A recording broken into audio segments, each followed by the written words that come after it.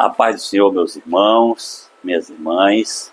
Sou o professor Adriano do Luz, sou da Escola Bíblica Dominical da Igreja Evangélica Assembleia de Deus Semi-Adap, pastoreada pelo pastor Aldimar Carvalho, lá no município do Amapá, no estado do Amapá, né? Nosso superintendente, pastor Maurinélio, tá certo?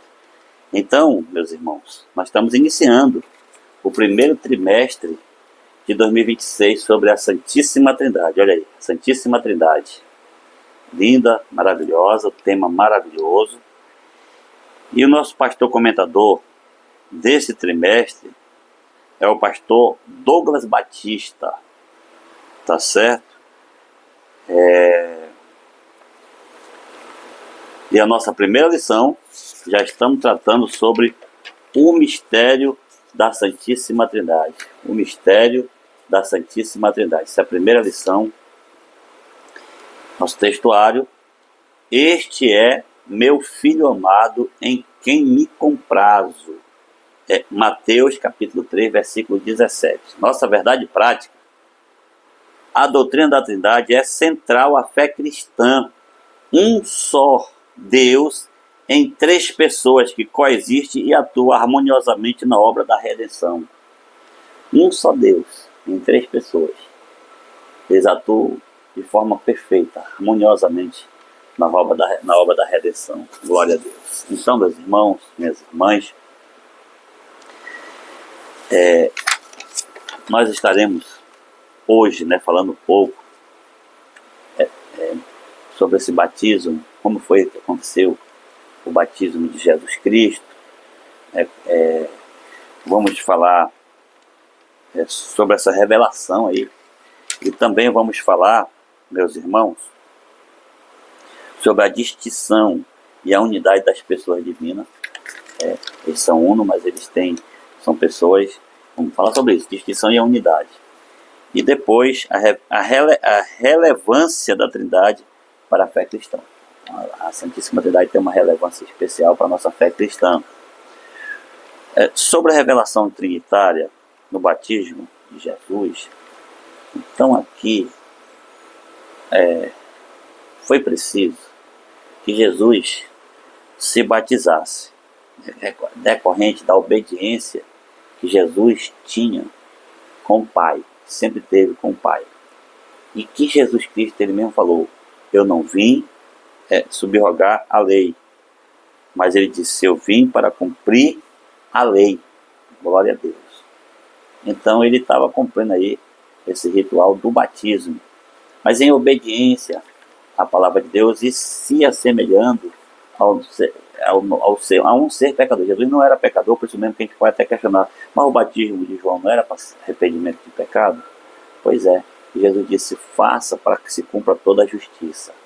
E Jesus, na verdade, ele ia se entregar por nós, no nosso lugar, ele era a oferta perfeita, o sacrifício perfeito, para poder acontecer aí a regeneração da humanidade. Então estava cumprindo a lei também. Muito bem. Então, vamos lá. A descida do Espírito Santo, a unção para o ministério. Então, nesse momento do batismo ali, houve essa descida em forma corpórea de uma pomba. Nós observamos isso perfeitamente, muito bem, sobre esse assunto. Vamos ler Lucas capítulo 4, versículo 18 a 21. Vamos ler aqui para a gente ganhar tempo, Lucas capítulo 4, versículo 18 a 21, rapidamente. Lucas 4, versículo 18 a 21. Jesus Cristo leu, esse assunto, esse tema da leitura, e o que estava escrito foi esse assim: o Espírito do Senhor é sobre mim, pois que me ungiu para evangelizar os pobres, enviou-me a curar os quebrantados de coração, a apregoar liberdade aos cativos e dar vista aos cegos, e pôr em liberdade os oprimidos, e a anunciar o ano aceitável do Senhor. Glória a Deus. Encerrando o livro e, tornando-o dá-lo ao ministro, assentou-se e os olhos de todos da sinagoga estavam fitos nele. Então começou a dizer-lhes: hoje se cumpriu esta escritura em vossos ouvidos. Ele, nesse momento, ainda não tinha sido batizado, e ele disse que já estava se cumprindo esse ministério na vida dele. Isso quer dizer que Jesus Cristo, ele não foi ungido apenas no momento do batismo, ali, mas ali houve, no momento do batismo, o quê? Houve uma declaração pública, glória a Deus, da manifestação perfeita da Trindade, né? A ação do Pai, do Filho e do Espírito Santo, no momento, apresentando que eles são um, mas em três pessoas distintas. Muito maravilhoso isso daqui. E o terceiro subtópico fala assim: a voz do Pai, né? Deus disse: este é meu filho amado em quem me comprazo, não foi isso? Audível do céu proclama: este é meu filho amado em quem me comprazo. Trata-se de uma das declarações solene e pública do Pai. Olha aí, que não apenas confirma a identidade messiânica, mas também a divindade de Jesus. Veja lá, se é o Filho de Deus, então é divino. Glória a Deus. Deu para entender. Ora, se é filho do homem, é humano. Mas se também é filho de Deus, ele é divino. Então, Jesus Cristo é o Deus encarnado. É o Deus que criou carne, forma corpórea do ser humano, que é homem, mas que também é divino, é filho de Deus. Então, aqui se declara publicamente a divindade do nosso Senhor Jesus Cristo.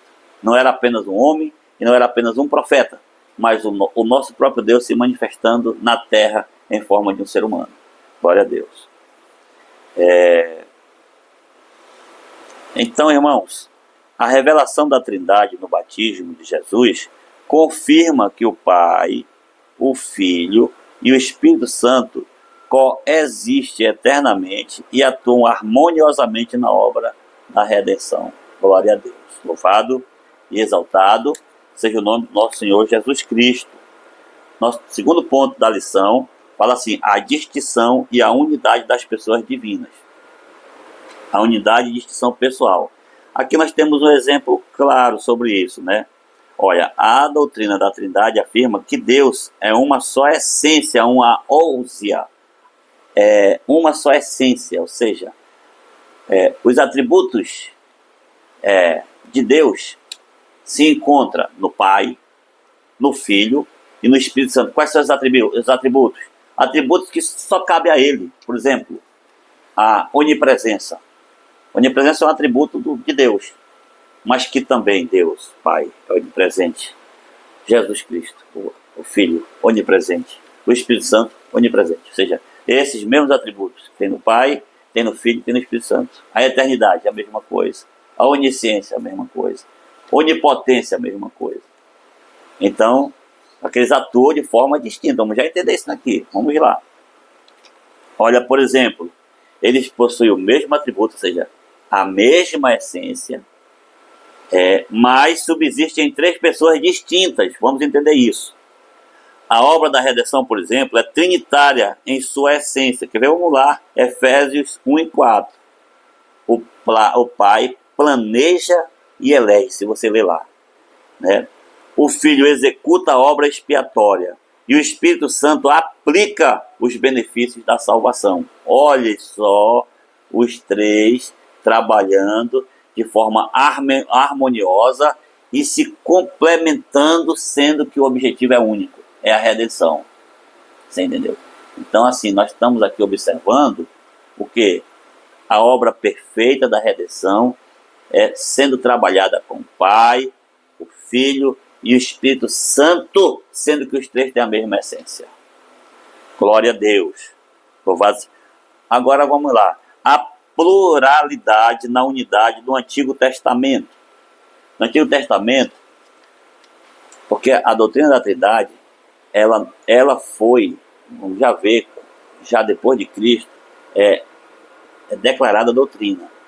Vamos já entender isso. Porém, já é bíblica desde o Antigo Testamento, desde o princípio. Glória a Deus, essa pluralidade. O que é isso? Façamos o homem conforme a nossa semelhança, não é isso? Lá em Gênesis 1 e 26, vamos ler. Gênesis 1 e 26, que é para a gente dar, né, base aqui no nosso comentário. Gênesis 1 e 26, irmão, para poder a gente ter base. Gênesis 1 e 26, diz assim: Disse Deus, façamos o homem à nossa imagem, conforme a nossa semelhança. Parte A do versículo. Olha aí, o verbo no plural, façamos, está na primeira pessoa do plural. Ou seja, nós façamos. Ou seja, esse façamos não é uma pessoa. Se fosse no singular, farei o homem, a minha imagem, conforme a minha semelhança. Se fosse uma única pessoa falando. Não. Ele falou façamos, tem mais de um. Façamos, o verbo está no plural, na primeira pessoa do plural, ali no nossos pronome, né? No pronome na primeira pessoa do pronome na primeira pessoa do plural, aí do caso reto. Façamos. E o verbo no indicativo. Você está vendo? Então, nós observamos o quê? A presença de mais de uma pessoa na obra da criação, a pluralidade no Antigo Testamento. E tem outros textos mais que confirma que Deus na eternidade não estava sozinho, tinha mais gente com ele. E quem era? O Filho e também o Espírito Santo. É isso que está nessa pluralidade, bem aí. Para a gente entender que a Santíssima Trindade não é uma coisa inventada, não. Já vem sendo descrita na Bíblia Sagrada desde a Torá, desde o Antigo Testamento. Amém, meus irmãos? Vamos dar continuidade, não é? A Trindade explicitada no Novo Testamento. Vamos lá agora para o Novo Testamento. Falamos no Antigo, né? Mas vamos para o Novo Testamento. Então, irmãos, a Trindade não é vista como três deuses. Vamos lá. Mas como três pessoas em um único Deus. Por exemplo, assim, ó, na fórmula batismal, Mateus 28, 19. E todo poder me foi dado nos céus e na terra. Portanto, Jesus disse, ide e batizai em nome do Pai e do Filho e do Espírito Santo, e fazer discípulos de todas as nações. Não foi isso? Batizando em nome do Pai, do Filho e do Espírito Santo. Essa aí, o versículo é esse. Dizer o seguinte, nessa fórmula batismal, em nome, vamos lá, esse trecho aí, né? Em nome de um único Deus, que é Pai, Filho e Espírito Santo. Em nome de Deus, Pai, Filho e Espírito Santo. Quer dizer, só que Jesus fez questão de dizer que para se batizar precisa que esteja as três pessoas da Trindade presente para batizar. É no único Deus, porém, que as três pessoas da Trindade precisam estar presentes. O Pai, o Filho e o Espírito Santo, né, na mesma intensidade. Glória a Deus. Louvado seja Deus. Então, meus irmãos, eu quero chamar a atenção para Efésios 4, de 4 a 6. Vou até ler Efésios 4, de 4 a 6. Chamar a atenção para isso aqui porque sobre o Novo Testamento, né, forma trinitária, eu fiz questão de chamar a atenção para isso. Efésios 4, de 4 a 6. Vamos ver o que está escrito na palavra. Sobre a Trindade no Novo Testamento, certo? Vamos ler. Há um só corpo e um só Espírito, como também fostes chamados em uma só esperança de vossa vocação. Um só Senhor, uma só fé, um só batismo, um só Deus. e Pai de todos, o qual sobre todos e por todos e em todos. Mas a graça foi dada a cada um de nós, segundo a medida do dom de Cristo. Glória a Deus. Aqui nós observamos, meus amados irmãos, o que aqui Paulo escreve aos Efésios. Olha aí, os três. Há um só Espírito, né? Um só Deus, um só Senhor, uma só fé. Isso ele tá equiparando. O nosso Deus é um só, mas observe bem, com a mesma essência, com a mesma substância do Pai, do Filho e do Espírito Santo. Você consegue entender isso? Isso é um mistério. A Santíssima Trindade, ela é entendida por meio da fé. Nós precisamos ter fé para entender a dimensão da Santíssima Trindade. Precisa desenvolver em nós a nossa fé. Eu creio que Deus é único, porém em três pessoas distintas: Pai, Filho e Espírito Santo. Aqui por isso que é um mistério, certo? É um mistério da nossa fé. Vamos dar continuidade, meus irmãos. Qual é a relevância da Trindade para a fé cristã? Então, assim, qual a importância, qual a relevância que tem entender esse assunto, né, para a nossa fé? Então, desenvolvimento doutrinário da Trindade. Como foi que implantaram, né, na Igreja do Senhor esse ensinamento? Como foi implantada esse ensinamento? Como foi? Porque assim, para dizer que Deus é trino, né, que Deus é triuno, vamos dizer assim, né,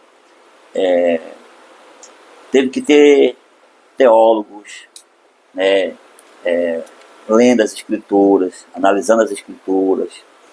E como é que foi que surgiu isso? Em 2 concílios. Primeiramente, isso no concílio de Nicéia, em 325 depois de Cristo. Concílio de Nicéia já identificaram alguma situação. Olha só, no concílio de Nicéia proclamou que o Filho é da mesma substância do Pai. Nicéia, 325.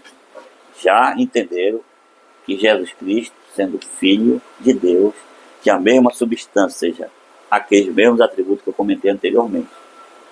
Teólogo lá em Concílio de Nicéia identificaram isso. E aí bateu esse martelo: o Filho tem a mesma substância do Pai. Ali já foi um grande passo. E depois foi complementada no Concílio de Constantinopla, 381 depois de Cristo. Ou seja, alguns anos depois, não, umas décadas depois, no Concílio de Constantinopla, o que complementou a fórmula trinitária ao afirmar a divindade do Espírito Santo. Então, em Constantinopla, foi batido o martelo ali pelos grandes teólogos e homens de Deus, né, de dizerem, de afirmarem, documentarem que o Espírito Santo também é divino, é Deus também. Então, quais as implicações doutrinárias, né? Porque isso foi discutido várias vezes, inclusive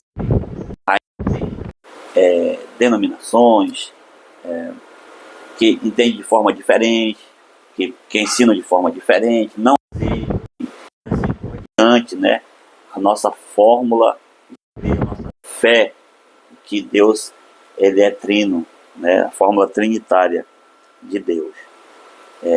Só que é assim, ó, é por isso que é importante a gente entender a nossa fé, precisa entender, porque senão daqui a pouco um vai dizer que existe 3 deuses, por exemplo, Deus Pai é um, Deus Filho é outro, Deus Espírito Santo é outro. Olha aí, na Bíblia não dá base para isso, não existe 3 deuses, existe só um Deus. Né? Daqui a pouco vai um dizer que o Espírito Santo é só uma força, não é um Deus, é só uma força.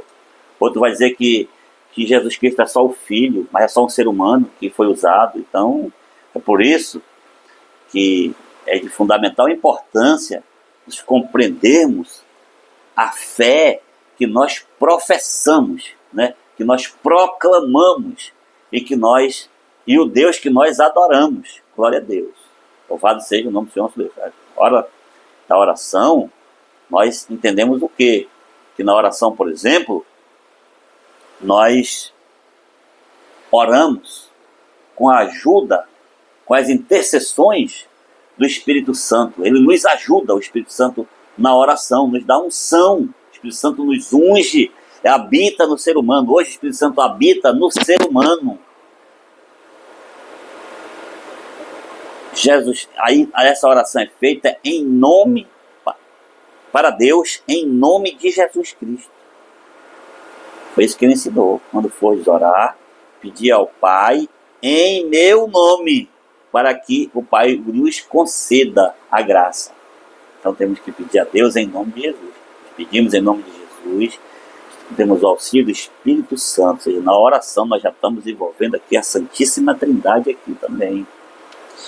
Então as implicações é essa. De repente, olha, a negação da Trindade resultou em heresias como o triteísmo. Olha só, crença em 3 deuses, que eu falei, separados. Está vendo só aqui? Então viola a unidade de Deus, pois a Bíblia revela a existência de um só Deus. Falei agora há pouco sobre isso, né? O unitarismo afirma que somente o Pai é Deus, negando a divindade de Cristo e do Espírito Santo. É outra situação, unitarismo. Unicismo, outra situação adversa, ensina que Deus se manifesta em 3 formas sucessivas. Você está vendo? Então assim, o monoteísmo bíblico ensina que há um só Deus que subsiste em 3 pessoas distintas. A compreensão distorcida tem sérias implicações para a salvação. Veja lá. E a vida eterna é esta: que conheçam a Ti, só por um único Deus verdadeiro, e a Jesus Cristo a quem enviaste. A doutrina da Trindade é inseparável do Evangelho, pois Deus que salva é o mesmo Deus que se revela. Glória a Deus. Meus amados irmãos, compreender a Trindade é fundamental para manter a fidelidade doutrinária. Ela não apenas protege a integridade da revelação de Deus, mas também sustenta toda a estrutura da salvação. Olha porque é importante a estrutura da salvação aqui, certo? Crer na Trindade é crer no Deus que salva, que se manifesta plenamente como Pai, Filho e Espírito Santo. Por isso, a doutrina da Trindade deve ser confessada, celebrada e ensinada como fundamento inegociável da nossa fé cristã. Meus amados irmãos, essa foi a primeira lição desse trimestre, e está recheada de lições maravilhosas. Precisamos se empoderar, ter um embasamento apropriado para defendermos a nossa fé cristã. Glória a Deus. Deus é uno. Nós somos monoteístas. Cremos no único Deus, em 3 pessoas distintas: Pai, Filho e Espírito Santo. Amém, meus irmãos? Que Deus, em Cristo, nos abençoe, nos proteja e nos livre de todo mal. Fico com essa palavra e até a nossa próxima lição, se assim Deus nos permitir.